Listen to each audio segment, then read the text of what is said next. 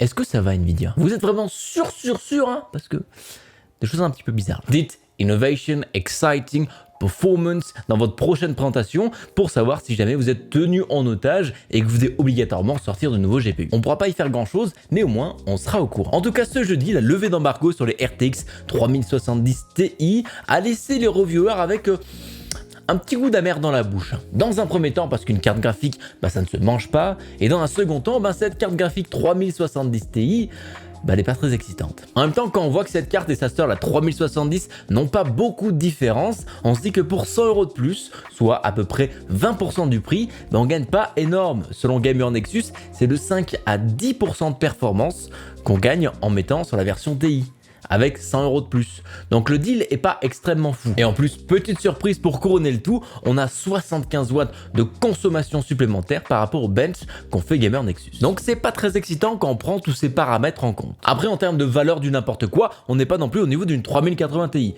De mon point de vue, ça reste tout de même moins intéressant qu'une RX 6800 ou encore une 3070 qui sont moins chères et qui offrent des performances à peu près similaires. En tout cas 5 à 10%, pour moi ça ne permet pas d'augmenter le prix de 20%. Je parle ici en termes de prix de référence bien sûr, dans la vraie vie ces cartes sont beaucoup plus chères, voire même introuvables, donc c'est malheureux mais j'en ai bien conscience. Après je parle ici dans le meilleur des mondes, si les cartes étaient au prix de référence, voilà ce que je penserais. Au final ces TI viennent combler les trous, là se trouvaient un petit peu les cartes d'AMD avec leur 6800 ou encore leur 6100 XT. Et en toute honnêteté pour moi, il n'y a pas forcément d'autre intérêt pour ces cartes là. Si on parle maintenant un petit peu du lancement qu'il y a eu hier, eh bien on a eu des stocks qui étaient très légers, voire même inexistants pour certaines cartes. J'étais à 15 heures pétantes sur les sites de LDLC et Topacha et les premiers refreshs que j'ai pu faire très rapidement, il y avait déjà plus de stock pour certaines cartes. Donc mis à part si tout a été commandé en une demi-seconde, je vois pas trop comment le stock aurait pu disparaître aussi vite. Gros coup dur aussi parce que les Founders Edition n'étaient pas non plus disponibles à l'achat. En effet, LDLC ne les a tout simplement pas reçus. Donc à voir quand ça tombe, n'hésitez pas à mettre en place des alertes pour vraiment savoir et avoir une chance d'en commander un. Et puis de toute manière en ce moment, si vous avez besoin d'une carte graphique et que vous voyez une Founders Edition en stock, il faut y sauter dessus directement. Dans le pire des cas, si vous regrettez votre achat, vous pourrez bien sûr le revendre et même vous faire un bénéfice dessus. C'est le marché du hardware en 2021, faites-vous des thunes en revendant ce qui ne vous plaît pas. Enfin bref, encore une sortie de carte qui n'est pas intéressante avec des customs en moyenne 2 fois le prix de référence. Rien d'étonnant à ce niveau-là, on connaît la chanson, ça devient normal de payer 1000 € pour une carte graphique qui est milieu de gamme. Ce qui va être dangereux à l'avenir parce qu'on va pas voir les prix redescendre aussi vite qu'on le pensait. Tant qu'on en est à parler de bonnes nouvelles, j'ai une petite chose qui va certainement vous faire plaisir. Ou plutôt pas je pense. Les ventes de cartes graphiques ont augmenté de 39% sur le dernier trimestre par rapport au trimestre de l'année précédente. Après attention ici, on prend en compte toutes les formes de cartes graphiques, donc APU, iGPU, etc.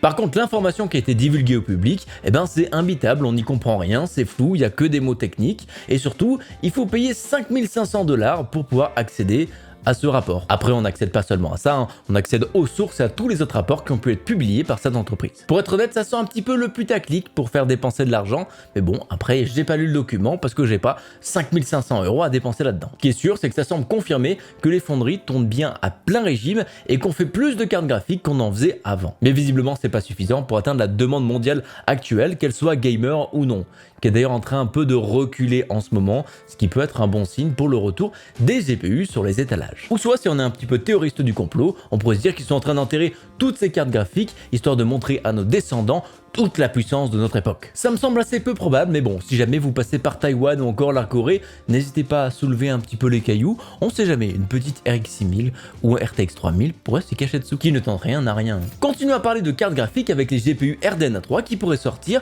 en 2022 selon un leak d'une roadmap interne. Cette nouvelle architecture serait aussi accompagnée d'une sortie de Zen 4 à peu près dans ces eaux-là. Les deux architectures étant basées sur du 5 nanomètres, avec cette fois-ci la particularité d'être fait sur des nœuds EUV, ce qui permet de graver de manière plus simple et plus fiable. Malheureusement, ça veut dire qu'on va définitivement devoir enterrer nos espoirs pour un Zen 4 ou un RDNA 3 qui sort en 2022, comme on avait pu le penser en fin d'année dernière. Et selon les rumeurs, RDNA 3 pourrait être un avancement encore plus grand que celui qui a été fait entre RDNA et RDNA 2. On aurait beaucoup d'avancées, notamment en matière matière de ray tracing où la carte à la façon de Nvidia embarquerait du hardware vraiment dédié pour faire ça. Mais bon, pour l'instant c'est un petit peu de la poudre de perlimpinpin, faudra attendre 2022 qu'on ait des informations beaucoup plus fiables par rapport à ça. Par contre l'article fait mention d'une chose qui est très intéressante, c'est que le Zen 3 Plus ne serait pas annulé et serait bien présent fin 2021. En effet, rappelez-vous ce que nous a présenté Lisa Su lors du Computex de la semaine dernière. La mémoire cache empilée verticalement en 3D qui permet la liaison entre les CCD à l'intérieur du processeur. Ce qui est une très bonne optimisation pour ces Ryzen et ce serait la nouveauté apportée pour ces Zen 3 Plus. Si on reprend les benchmarks de la conférence d'AMD, c'est entre 4 et 20% d'augmentation de performance en fonction du jeu qui est joué. Pour ce qui est des performances plus globales de ce processeur, on n'a pas plus d'informations là-dessus,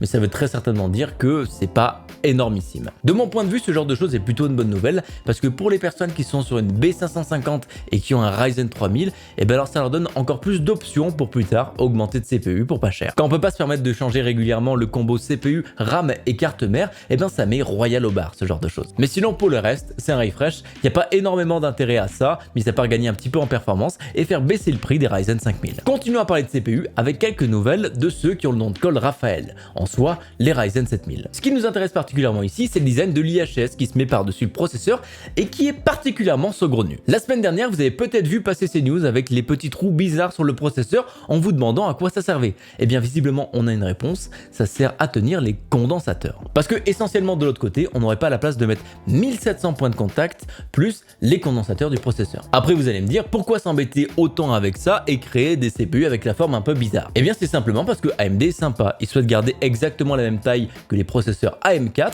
histoire de pouvoir assurer la compatibilité de refroidissement avec ceux-ci. Et du coup pour nous faire plaisir, ils ont été obligés de faire un design un peu Frankenstein et ça on peut pas forcément leur en vouloir. Après pour les grands fous qui délident des Ryzen et qui veulent délider les prochains, il va falloir quand même avoir de sacrées couilles d'acier. D'une part parce qu'il y aura plein de petits condensateurs autour de l'IHS, donc un faux mouvement et hop, vous en avez arraché quelques-uns. Et d'autre part l'IHS va être soudé, donc encore une fois bien chiant à enlever quoi. Il faudra donc être très motivé et avoir une précision chirurgicale pour faire ce genre de choses. Parce que moi j'ai pas, donc on risque pas de voir ça sur la chaîne. Et puis si je le ferais, ça viendrait à tout simplement faire mourir mes CPU.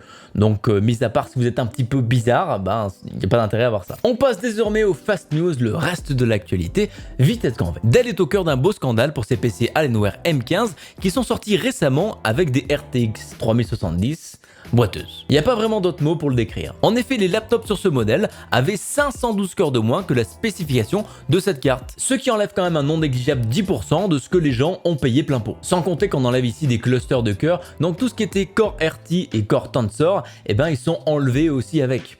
Ou en tout cas désactivés. Donc des accusations qui sont assez graves au final et dont Dell a totalement assumé. Leur première réponse a été de dire que c'était une optimisation des constructeurs de PC portables, ils avaient le droit de faire ça pour maîtriser la chose. Après, Alienware a corrigé le tir en disant que c'était une petite erreur dans le VBIOS qui désactivait ces cœurs là et qui travaille d'arrache-pied à corriger ce problème. Une bonne dose de mauvaise foi du coup, et ça fait pas du bien de voir ça dans la période actuelle où on a l'impression que un peu tout le monde essaye de nous amener au glory hole sans qu'on s'en rende compte, et je vous laisserai deviner de quel côté de celui-ci. On en parlait il y a pas longtemps de Noctua et de leur ventilateur passif pour refroidir vos CPU qui devrait arriver. Eh bien sachez qu'il est là, il s'appelle le NHP1 et pour l'instant il n'est pas encore disponible en France, mais il devrait coûter aux alentours des 100 € et ça permettrait de refroidir des puces overclockées jusqu'à 8 cœurs à la fois de chez Intel et AMD. Personnellement j'ai hâte de pouvoir tester tout ça parce que le passif, ça m'excite. Faites ce que vous voulez de cette phrase, c'est cadeau. FSR de AMD qu'on a présenté plus ou moins bien la semaine dernière a fait parler un petit peu de lui au niveau de la Xbox, car l'équipe de développement de cette console intégrerait déjà le FSR pour les développeurs. Ce qui veut dire que potentiellement dans plusieurs mois on pourrait voir déjà des titres sortir avec et venir un petit peu crédibiliser cette technologie de AMD. À voir ce que ça donne du coup, mais ça peut être très intéressant pour ceux qui veulent plus de 100 FPS constants sans avoir à passer par la résolution dynamique. Même si ce sera peut-être pas la techno du siècle en termes de fidélité visuelle, je trouve que c'est très important d'avoir l'option et pouvoir activer plus de performance pour ceux qui le veulent. Donc rappelez-vous que 2 choix c'est mieux que 1, même si le second est peut-être pas au niveau de qualité visuelle que vous vous attendez. The Mongelo is Dead est revenu avec un nouveau leak rumeur exceptionnelle sur les Intel Raptor Lake version mobile qui équiperont les ordinateurs portables après les Alder Lake. En effet, cela pourrait avoir des configurations allant jusqu'à 24 cœurs physiques. Par contre, ce serait 8 gros cœurs et 16 petits cœurs. Donc à voir ce que ça peut donner. Je suis pas convaincu que ça change énormément de choses au perf, mais bon. Allez savoir. Peut-être que si tous les petits cœurs s'y mettent ensemble, ils peuvent accomplir de grandes choses. On sait pas, faut garder espoir. Il nous indique aussi que pour Alder Lake, les configurations iront jusqu'à 16 cœurs physiques, dont 8 gros cœurs et 8 petits cœurs. Donc on aura un petit aperçu de ce que ça peut donner avec cette génération-là. D'ailleurs, si on parle un petit peu de date de sortie, Alder Lake serait prévu pour le 25 octobre 2021. Donc les versions mobiles et les versions haute performance mobile HX devraient arriver peu de temps après la sortie de celle-ci. Pour ce qui est de Raptor Lake, les rumeurs disent une sortie pendant les vacances de 2022, donc je présume ici les vacances d'été. Après, c'est trop tôt pour vraiment le savoir précisément. Ce sera tout pour les news de cette semaine. Merci à vous d'avoir suivi l'actualité, mais avant, je vous laisse avec le petit conseil de vie. Si jamais vous voulez mettre fin à votre vie, s'enfermer dans une machine à laver n'est pas la solution la plus efficace. J'ai testé ça quand j'étais petit, et le fait est que si je me tiens devant vous aujourd'hui, c'est que le résultat n'est pas garanti. Voilà, c'était le conseil de vie du jour. Portez-vous bien, ne vous approchez pas des rails de TGV, et on se dit à très bientôt pour une prochaine. Ciao!